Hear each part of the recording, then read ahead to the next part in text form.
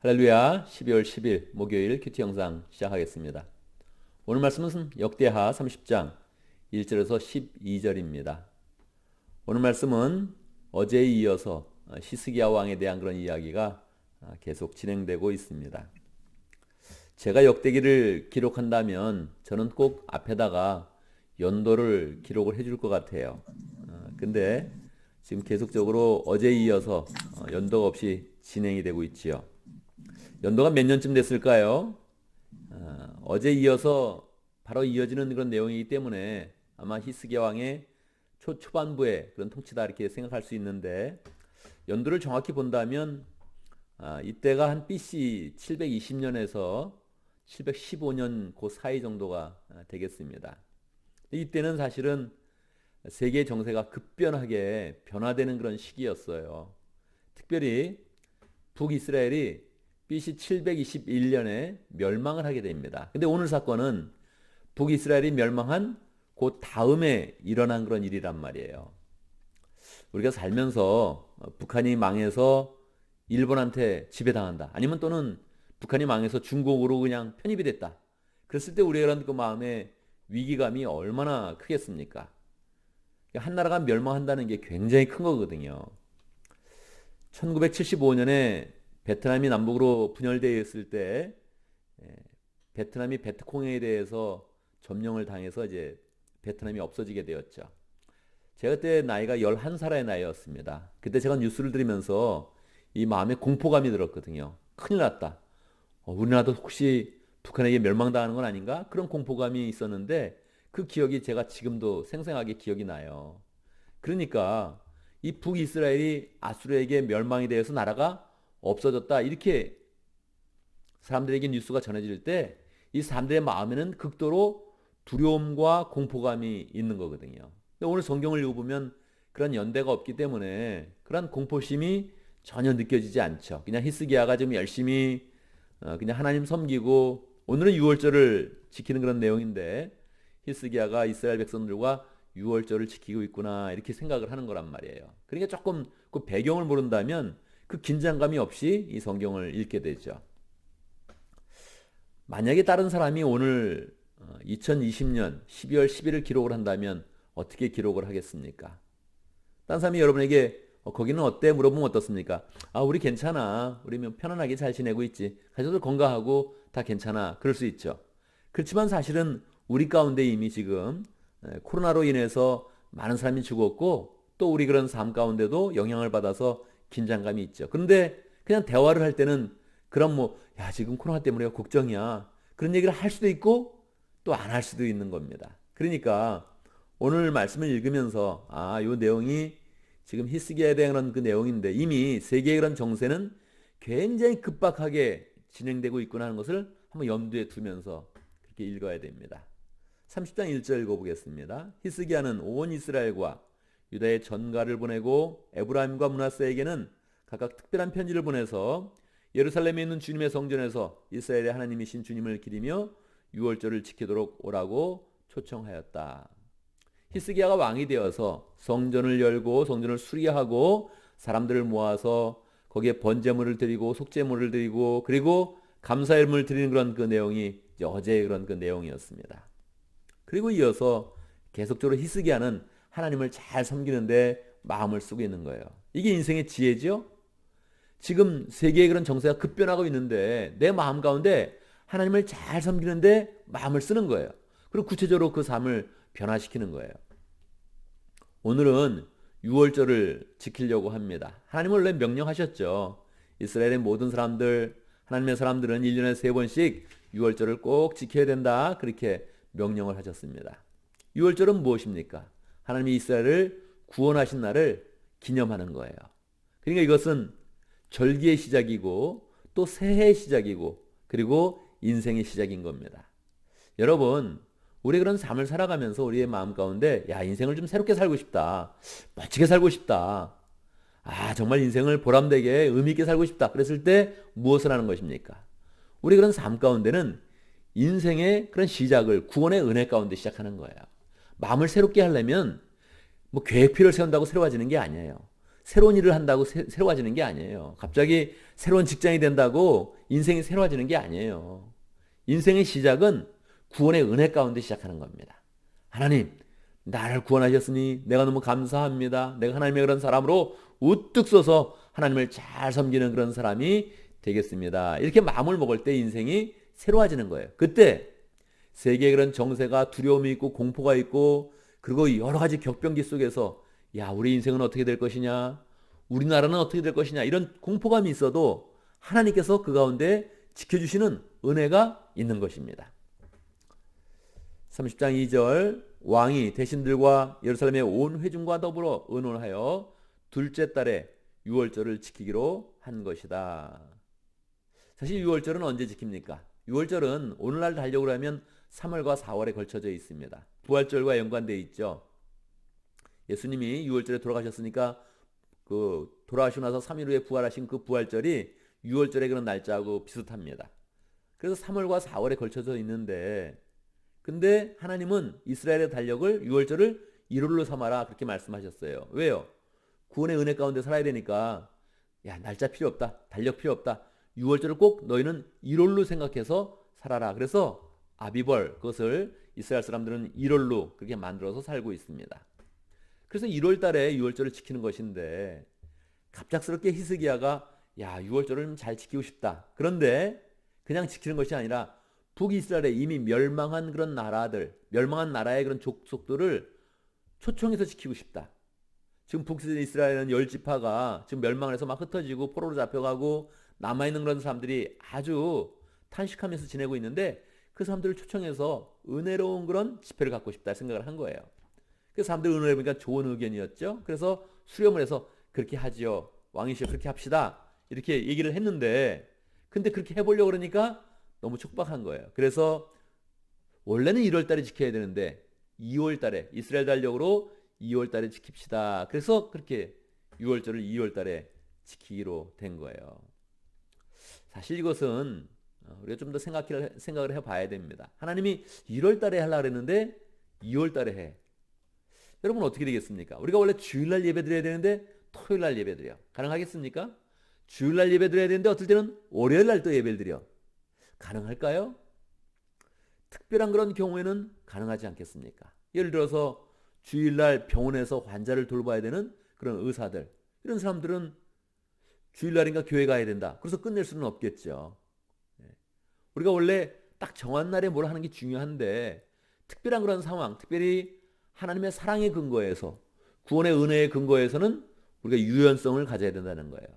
삶의 유연성을 갖는 것이 얼마나 삶을 풍성하게 만들고 보람 있게 만드는지, 우리가 그런 삶 가운데 유연성이 있는가, 내가 내 고집대로 하려고 하는가, 삶의 유연함을 가지고 하나님의 사랑을 계속 지키고 구원의 은혜를 또 풍성하게 만들고 있는가, 이걸 항상 생각을 해봐야 되죠. 우리가 그런 삶 가운데 확인할 것 두 가지입니다.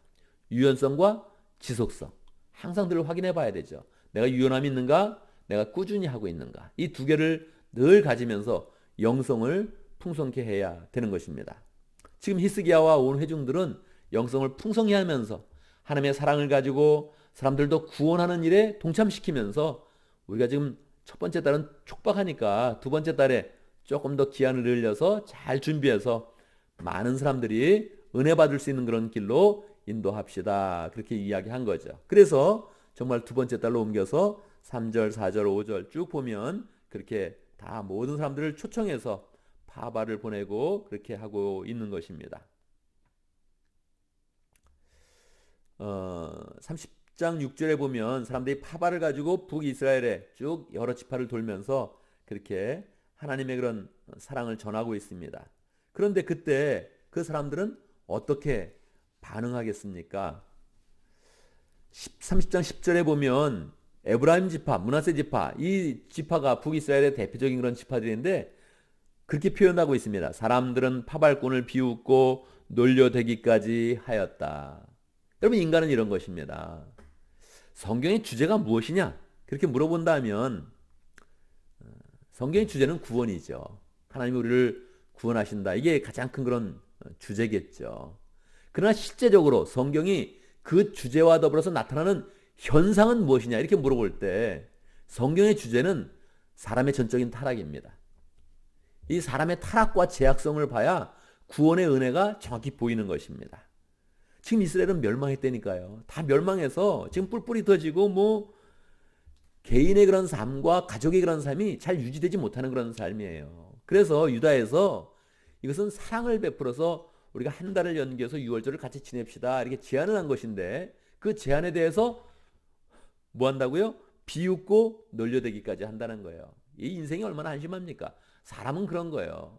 이미 멸망한 지파, 멸망한 나라, 그 나라 백성들이 옆에서 사랑으로 손길을 내미는데도 비웃고 놀려댄다는 거예요.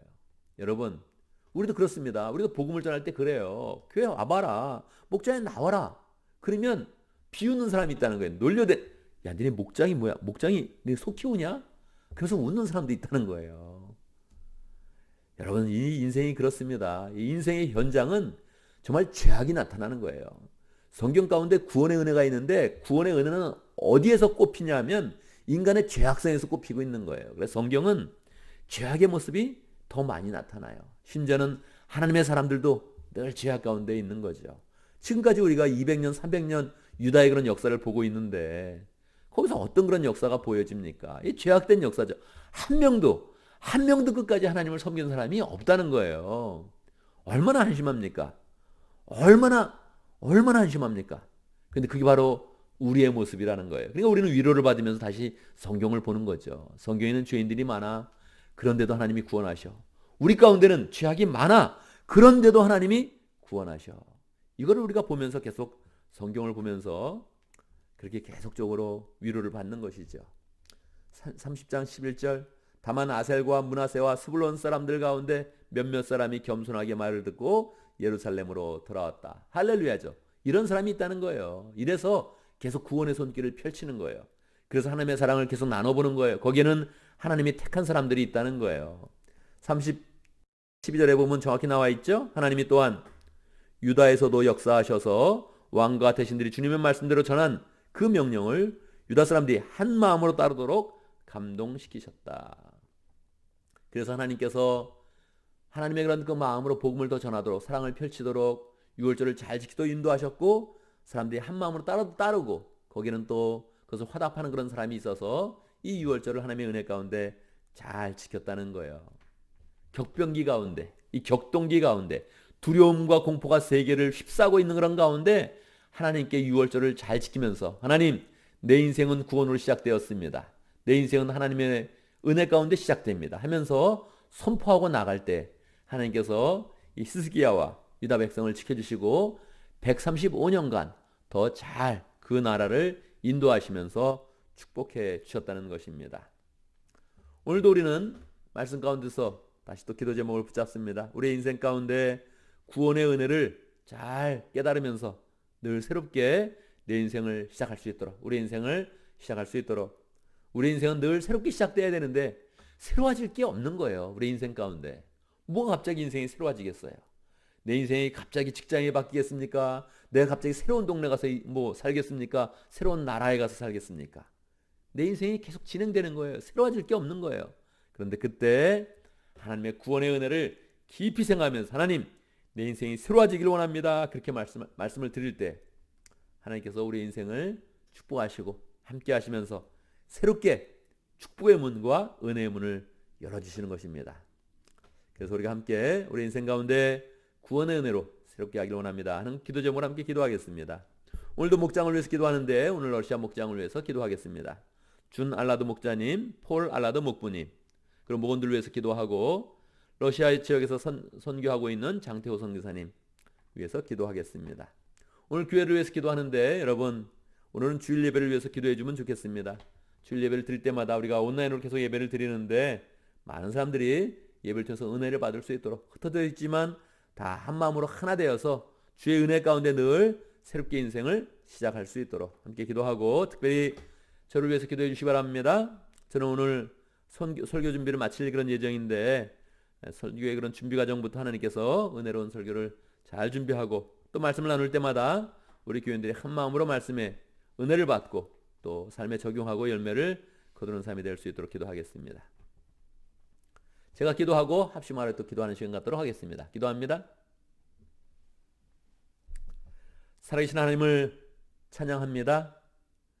세상이 격동하고 있을 때, 격변하고 있을 때에도 우리가 하나님을 잘 섬기기만 하면 하나님께서 인생을 새롭게 해주시는데, 하나님 아버지, 우리의 그런 그 마음을 하나님께 잘 드리면서 축복의 길로 가기를 원합니다. 주님이 우리의 마음을 받아주시고 또 주님 앞에 열정을 낼 수 있도록 인도하여 주시고, 주님을 섬길 때마다 우리의 마음의 기쁨과 은혜와 하나님의 사랑과 축복이 넘칠 수 있도록 역사하여 주시옵소서. 하나님 아버지, 오늘도 목장을 위해서 기도합니다. 하나님께서 우리에게 이 세상 가운데 하나님의 일을 잘 알 수 있도록, 하나님의 사랑을 누릴 수 있도록, 하나님의 능력을 나타낼 수 있도록 목장을 허락하여 주셨는데, 하나님 목장을 잘 세워갈 수 있도록 축복하여 주시옵소서. 러시아 목장의 주나라드 목자님 축복하여 주시고, 열정을 가지고 사람을 만날 때마다 하나님께서 열매 맺게 하여 주시고 목장 모임이 잘 진행될 수 있도록 축복하여 주시옵소서. 폴 알라드 목부모님과 또 목원들을 축복하여 주시고, 하나님 아버지, 늘 그 목장을 통해서 하나님의 사랑이 잘 나눠질 수 있도록 역사하여 주옵소서. 러시아 지역에 사역하시는 장태호 선교사님 신학교와 또 고려인들과 또 러시아 사람들 위해서 복음을 전하고 있을 때 주님께서 함께해 주시고 필요한 것들을 공급하여 주시며 하나님의 은혜 가운데 풍성히 열매 맺을 수 있도록 역사하여 주옵소서. 교회를 위해서 기도합니다. 하나님, 우리가 온라인으로 예배를 드리고 있는데 온라인 예배를 드릴 때 더 풍성함이 있게 하시고 각자의 처소에서 하나님을 풍성히 만날 수 있도록 인도하여 주시고, 예배를 통해서 우리의 마음을 하나님께 잘 드리며 하나님을 만날 수 있도록 축복하여 주옵소서. 오늘은 또 제가 말씀을 준비하는 날인데, 하나님, 준비하는 그런 과정부터 은혜롭게 하여 주시고 말씀이 잘 준비되어서 말씀이 전해질 때마다 듣는 자와 말씀을 전하는 자가 모두 함께 은혜로, 하나님의 말씀의 은혜로 풍성하도록 역사하여 주옵소서. 오늘 12월 11일 맞이했습니다. 오늘 하루 맡은 일 잘 감당하게 하시고 보람 있게 해주시고, 어떤 일을 하든지 생각과 계획부터 선한 생각이 되어지고 선한 계획이 되어질 수 있도록 축복하여 주옵소서. 악한 생각은 다 제어해 주시고 필요없는 일들 하지 않게 하시고 사고도 나지 않게 해주시고, 우리가 꼭 필요한 일을 잘 감당하면서 하루를 잘 마감할 수 있도록 축복하여 주옵소서. 바이러스로부터 지켜주시고 병으로부터 지켜주시고 하나님의 은혜가 우리의 몸과 마음과 생활 가운데 풍성하도록 축복하여 주옵소서. 예수님의 이름으로 기도드리옵나이다. 아멘.